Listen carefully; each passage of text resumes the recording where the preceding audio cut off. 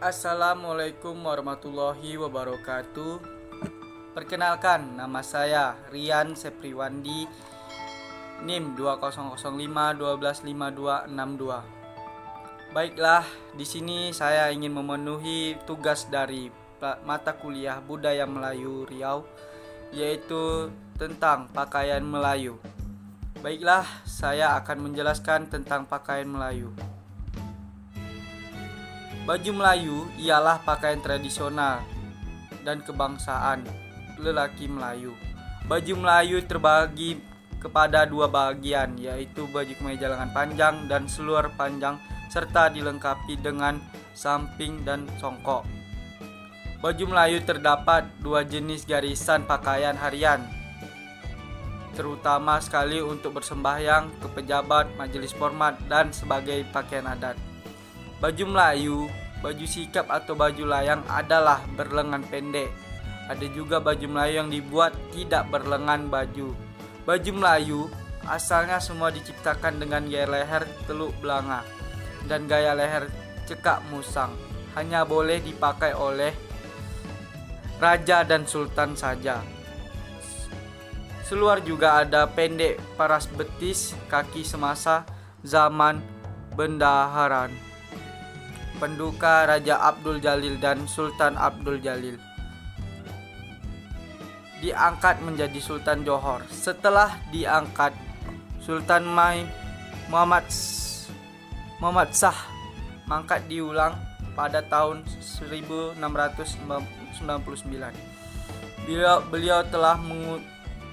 Beliau telah mengubah pemakaian baju seluar dengan memanjang kain sehingga ke pangkal lengan dan ke pangkal buku.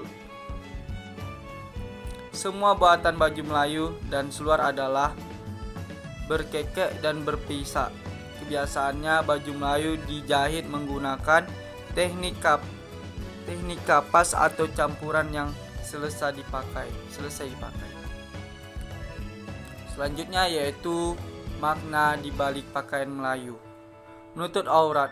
Orang Melayu terkenal dengan ketaatannya menjalankan perintah agama dan menjunjung tinggi nilai-nilai kesopanan bagi orang Melayu.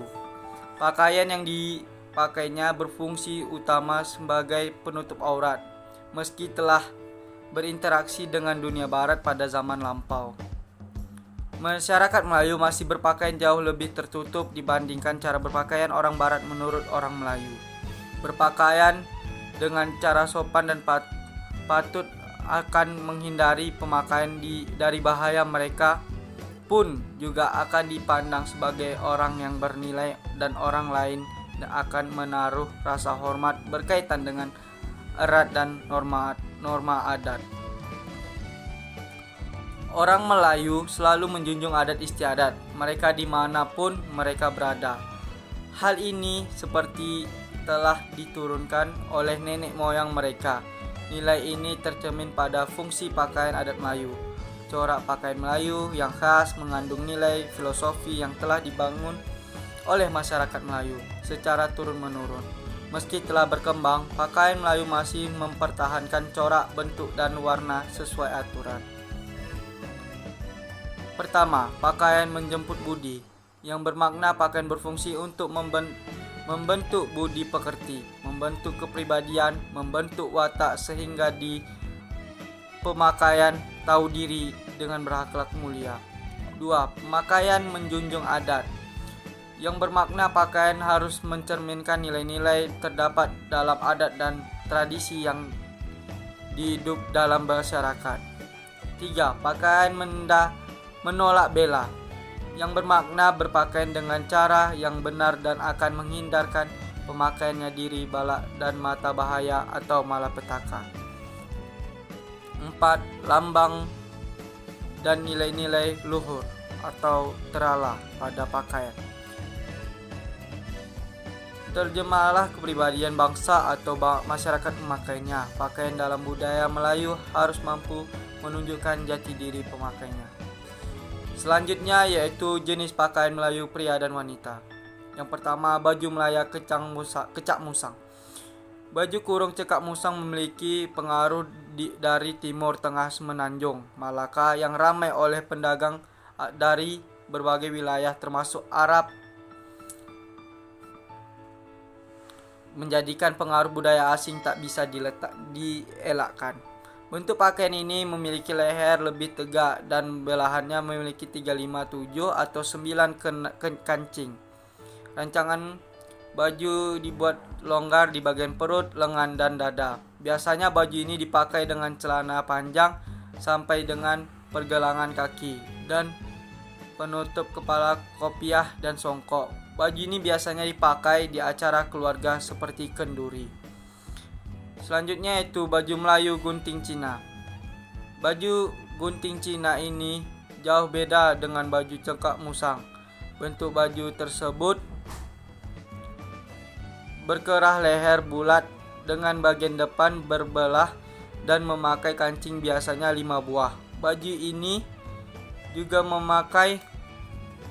dilengkapi dengan songkok dan celana atau sarung. Baju ini biasanya dipakai sehari-hari. Biasanya juga untuk menyambut kerabat di rumah atau pertemuan resmi di kantor.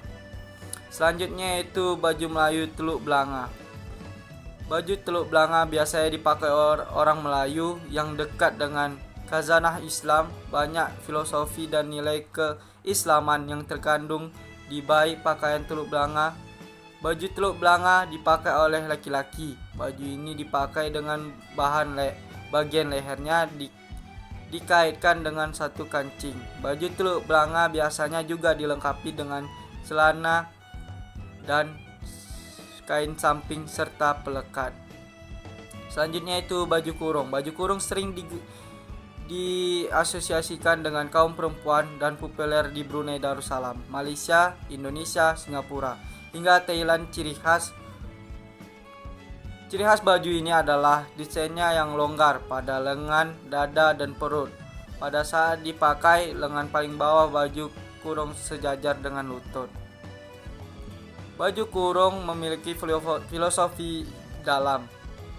Saat seseorang memakai baju kurung, ia telah terkait dengan berbagai macam aturan yang mengharuskan dia dipatuhi.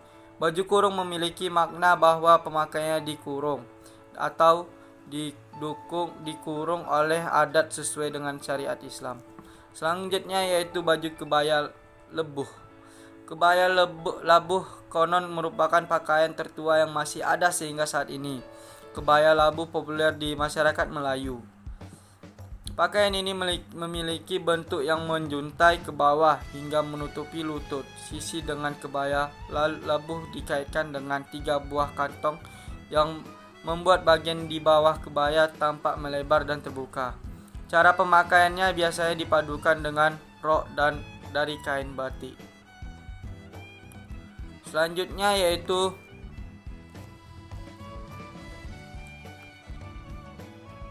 baju sikap atau baju layang. Baju sikap atau baju layang hanya boleh dipakai oleh golongan bangsawan yang berdarah raja, juga orang-orang dianugerahi gelaran seperti Datuk, Tuk, dan sebagainya. Khasan kepala sunting. Pemakaian tanjak datar ikat kepala juga telah ditetapkan mengikut derajat pangkat-pangkat masing-masing dari jenis dan digunakan sehingga cara ikatan dan lipatan puncak tanjak yang dipanggil daun pula dihalakan ke sebelah kiri, ke sebelah kanan, atau duduk di tengah-tengah bagian golongan bangsawan dan di raja. Manakala ekor tanjak disebut pucuk pula ke dalam bagian semua lesan.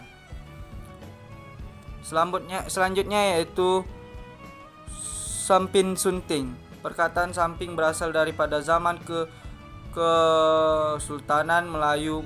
Maka apabila tersebar sampai, mereka menggeramkan dengan perkataan samping. Pemakaian samping pula adalah wajib bagi semua golongan di dalam.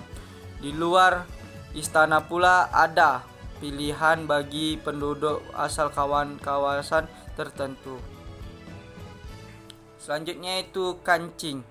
Baju Melayu cekak musang berhias 5 butir kancing dan 3 buah butang mengikuti tempat. Bagian rekaan 5 butir kancing, 2 bertindih di cekak leher dan diikuti dengan 3 butir di bagian bawah atau belahan. Menurut teori seorang bekas budayawan dari UKM, dari segi integrafi sosial budaya, kancing itulah lambang keharmonisan rumah tangga masyarakat Melayu. 2 butir bertindih di bagian atas ibarat kerukunan di antara pasangan suami istri, yaitu ayah dan ibu. 3 butir di bawahnya melambangkan 3 orang anak mereka, lalu yaitu sulung, tengah, dan bungsu. Teori ini kemudian disangkal oleh Azaz Aziz atau Mak Ungku. Kerangka beliau menyatakan bahwa kalangan dan bangsawan atau raja istana menggunakan 7 butir pada baju Melayu mereka. Dalam hal ini, ia harus merujuk kepada sistem nomor yang juga wujud pemerintah termasuk terhadap Lok 9, Lok 5 untuk keberadaan bendahara dan anak raja-raja. Begitu juga tangga rumah Melayu dikira beruntun 3-9 mata. Terakhir yaitu bumbung prabung 3-5 tingkat, masjid Lampung Laut 3-5 tingkat. Kajian seni rupa harus lagi menuju kepada falsafah nakula. Baiklah, sekian dari penjelasan saya. Apabila ada kesalahan saya mohon maaf. Wabillahi taufiq hidayah. Wassalamualaikum warahmatullahi wabarakatuh.